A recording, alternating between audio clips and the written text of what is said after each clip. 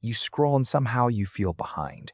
Everyone seems further along, richer, happier, more sorted than you were yesterday. It happens in seconds. A swipe, a glance at a stranger's kitchen, and your own life suddenly feels smaller. You were fine before opening the app. Now there's a quiet ache, a sense of running but never arriving. That feeling has a name, even if nobody taught it to you.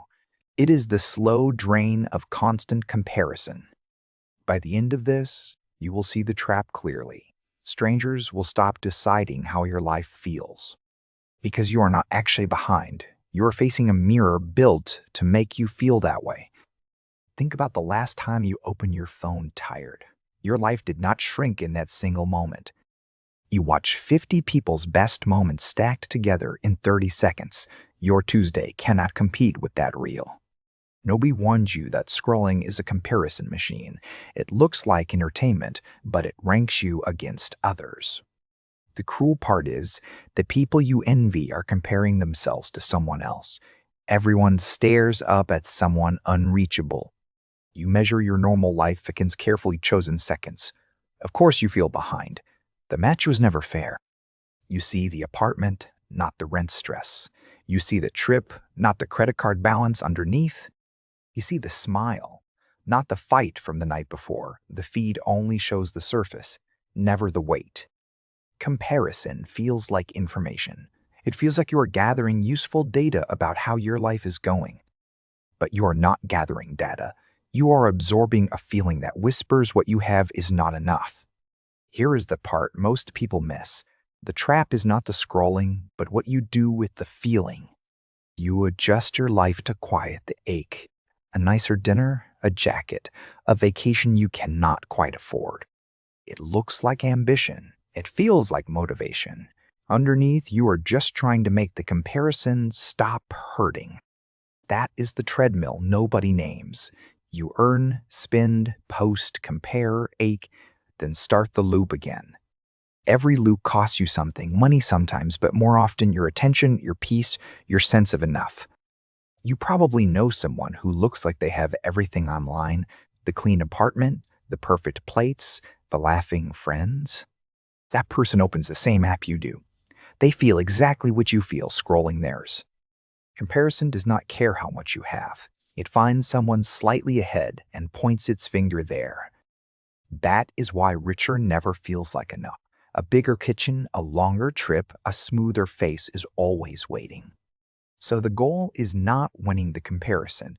The goal is stepping out of the ranking entirely, even briefly. Notice what happens in your body when you scroll too long. The shoulders tighten, the chest grows heavy. Something quietly dims inside you. That dimming is the cost you never see on any monthly statement. You walked in feeling neutral. You walked out feeling poorer in a way money cannot actually fix. We pretend it is harmless because it leaves no bill, yet your nervous system pays the cost in silence. Now ask yourself honestly, how often does your life need to change versus how often you need to stop comparing? There is a real difference between wanting more and feeling less. One comes from you, the other from strangers. Much of what we call ambition is borrowed dissatisfaction. We saw what someone else had and forgot what we wanted. Imagine you had never seen any of those posts. What would you actually reach for in silence on your own? That answer is usually smaller and quieter. It is closer than what your feed has told you to chase. The trap hides itself as inspiration. It tells you watching other lives will somehow improve your own. But watching is not building. Comparing is not creating. Feeling behind is not the same as being behind. You can spend an evening absorbing other people's wins. You go to bed exhausted, like you ran a race. Nothing in your life actually moved forward. The people you envy did not get there by scrolling either. They got there by doing their own small thing. It happened off the feed in hours nobody ever filmed. There is a strange peace in noticing that. Their lives were built in the hours you spent watching them. Take a breath here. None of this is your fault. None of it means you are weak for feeling it. These apps were designed by very smart people. The aim is to keep you watching, comparing, and slightly unsettled. You were never the problem. You are a human reacting to a machine built to make humans react this way. When you understand that, the shame softens. You are not a failure for feeling behind. You're simply human. I want to ask you something.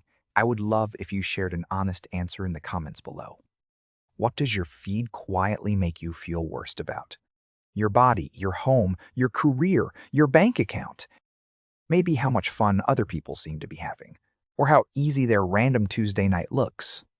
There are no wrong answers. Naming it out loud loosens its grip on you a little bit. Your honesty might help someone else.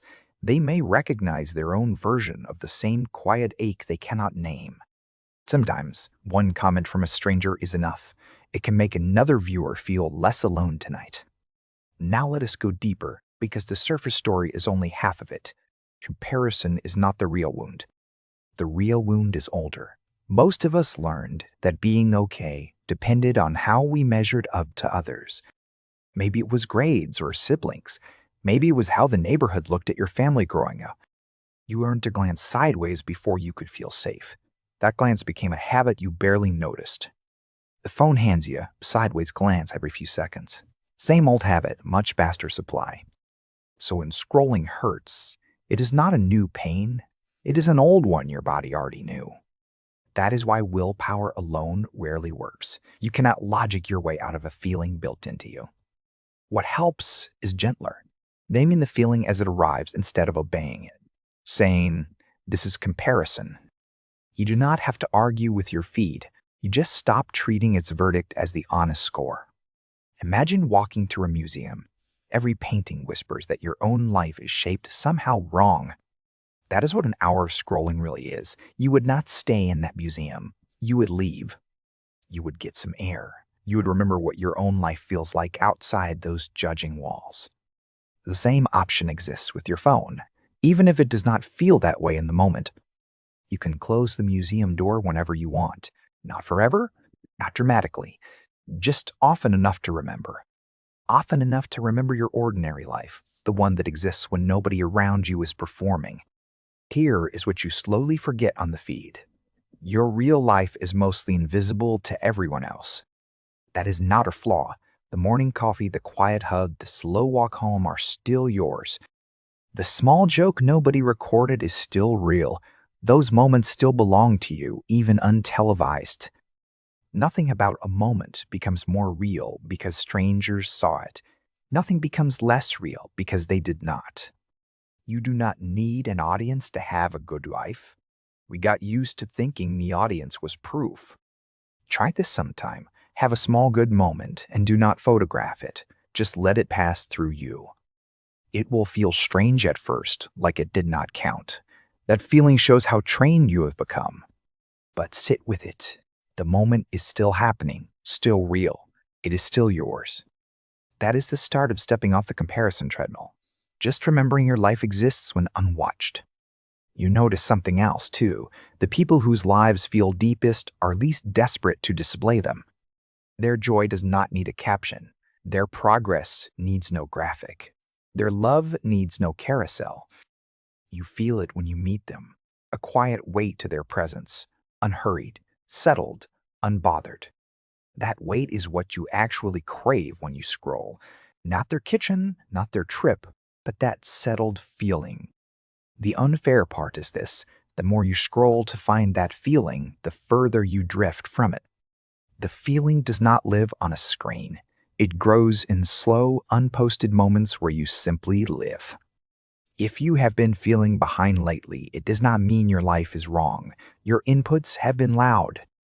A loud feed makes a quiet life feel like it is failing, even when it is actually working just fine. Try something small this week. Pick one part of your life you have been comparing the most. Protect that part from the feed for a few days. Do not announce it. Do not make it a project. Just let that part of your life happen, without anyone else's version playing in the background. You may notice it starts to feel like yours again. Not better, not worse. Just yours, finally quiet. Comparison does not just steal your peace. It quietly steals your taste. You forget what you actually like. Your favorite kind of evening, your favorite meal, your favorite friend. All of it slowly blurs. Stepping off the treadmill is not about wanting less. It is about hearing yourself clearly enough to know.